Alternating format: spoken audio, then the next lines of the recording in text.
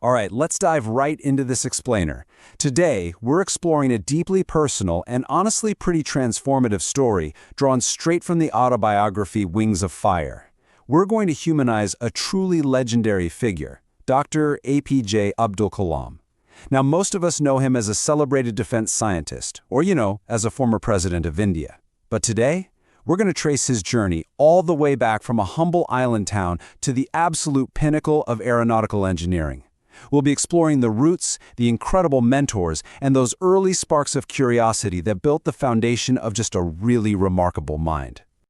To really set the stage here, just listen to these powerful words. Does the seagull not fly across the sun, alone and without a nest? These are actually the words of Kalam's father, Jainuddin. He said this to Kalam's hesitant mother when young Kalam was asking for permission to leave his hometown for higher studies. And it just brilliantly captures the overarching theme of what we're talking about today, flight. And we're not just talking about the physical flight of aircraft, but that personal flight of leaving home, stepping right into the unknown, and discovering your own destiny. Section 1. Roots in Ramaswaram. Okay, so to truly understand Kalam, we've got to ground ourselves in the everyday reality of his childhood. Built right in the middle of the 19th century, his ancestral home was this fairly large pucca house made of limestone and brick, sitting on Mosque Street in Ramaswaram. He grew up in a middle-class Tamil family. His father was a man of just great innate wisdom and really austere habits. He avoided all those inessential luxuries, but always made sure his family had exactly what they needed. And his mother, Ashiyama, she was incredibly generous. In fact, Kalam notes that far more outsiders ate with them every single day than all the members of their own family combined. It was just a profoundly secure childhood, both materially and emotionally. Growing up, Kalam witnessed this incredible harmony around him. His father, Jainuddin, was a devout Muslim, and Pakshi Lakshmana Sastri was the head priest of the famous Rameshwaram Siva temple. And get this, they were the absolute closest of friends. Kalam's most vivid early memories involved these two men sitting together in their traditional attire, just discussing deep spiritual matters. His father taught him that when you pray, you transcend your body and become part of a cosmos that knows literally no division of wealth, age, caste, or creed. This environment of deep religious harmony was absolutely the bedrock of Kalam's worldview. Moving on to Section 2, Sparks of Curiosity.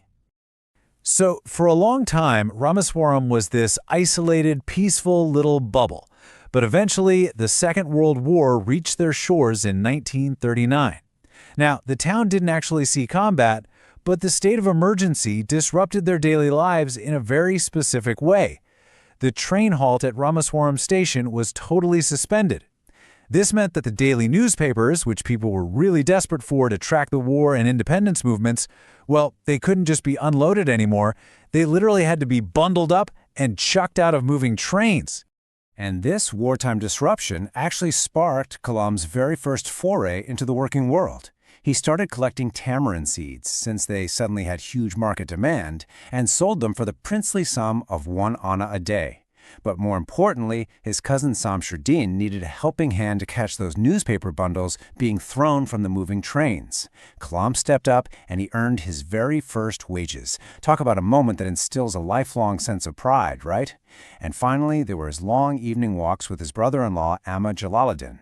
Jalaluddin was actually the only person in town who could write English, and he would talk to young Kalam about scientific discoveries, literature, and medical achievements. It totally opened his mind to this brave, new world far beyond his little island.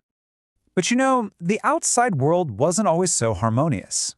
Kalam had to learn how to overcome social division through a couple of pretty visceral childhood experiences.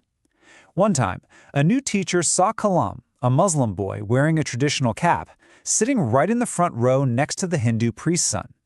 The teacher, clearly poisoned by social inequality, forced Kalam to move to the back row.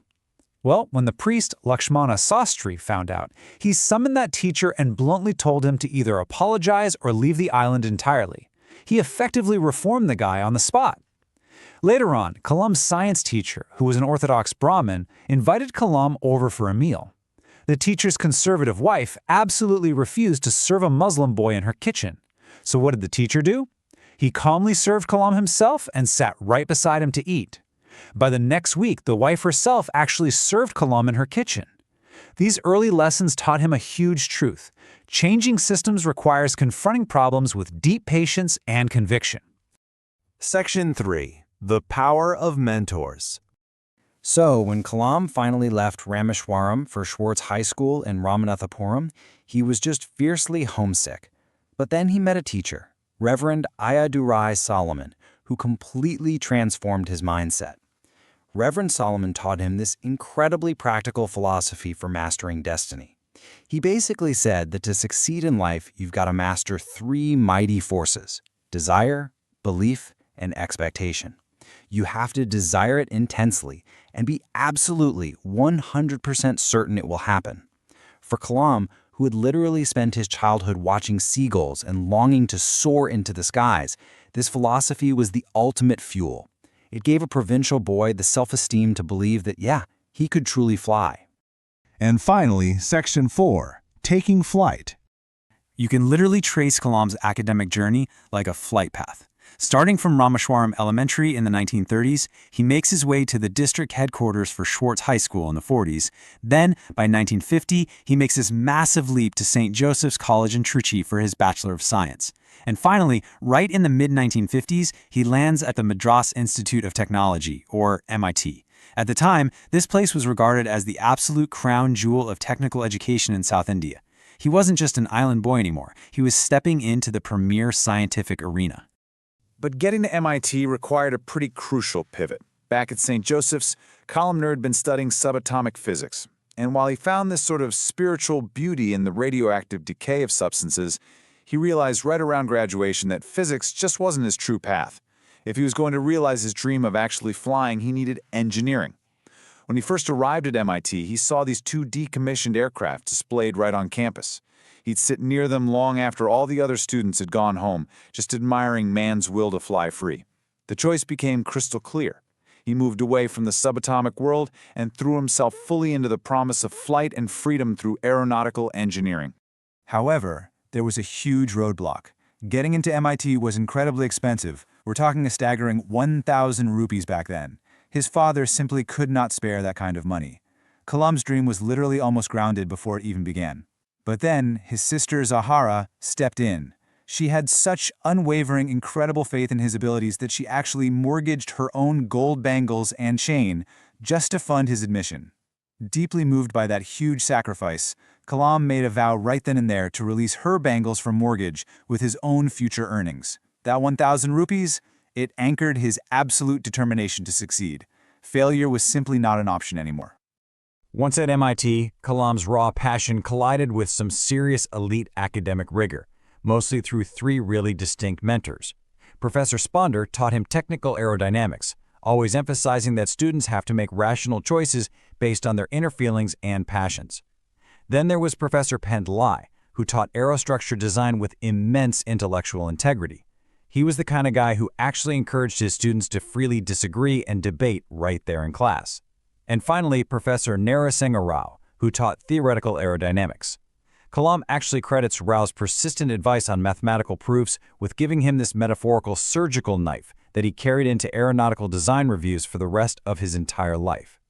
Together, these 3 professors fed his intellectual hunger and really turned a dreamer into a sharp, highly capable engineer.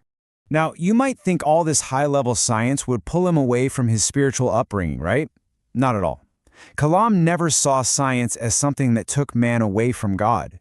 In his own words, it is as though the great dance of Shiva is being performed on Earth during every moment of our existence. What he's actually describing there is the dizzying 1,000-kilometer-per-second velocity of electrons orbiting a nucleus, creating the illusion of solid matter. He completely synthesized the spiritual lessons of that Rameswaram temple with the high-velocity physics of MIT. For Kalam, the complex equations of fluid dynamics and the quiet prayers of his father were honestly just different dialects of the exact same universal truth. And that brings us to a really powerful question that Kalam himself asks of all of us. We are all born with the divine fire in us. How will you give wings to your fire? We've traced his incredible journey from catching newspapers on an isolated little island to unlocking the advanced secrets of aeronautics. He used his desires, his core beliefs, and his mentors to build his wings. The source material really challenges us to look inward here. So what is your divine fire? And more importantly, what are you doing today to build the wings that will take it to the sky? Thank you so much for joining me on this explainer. I really hope this sparked something in you.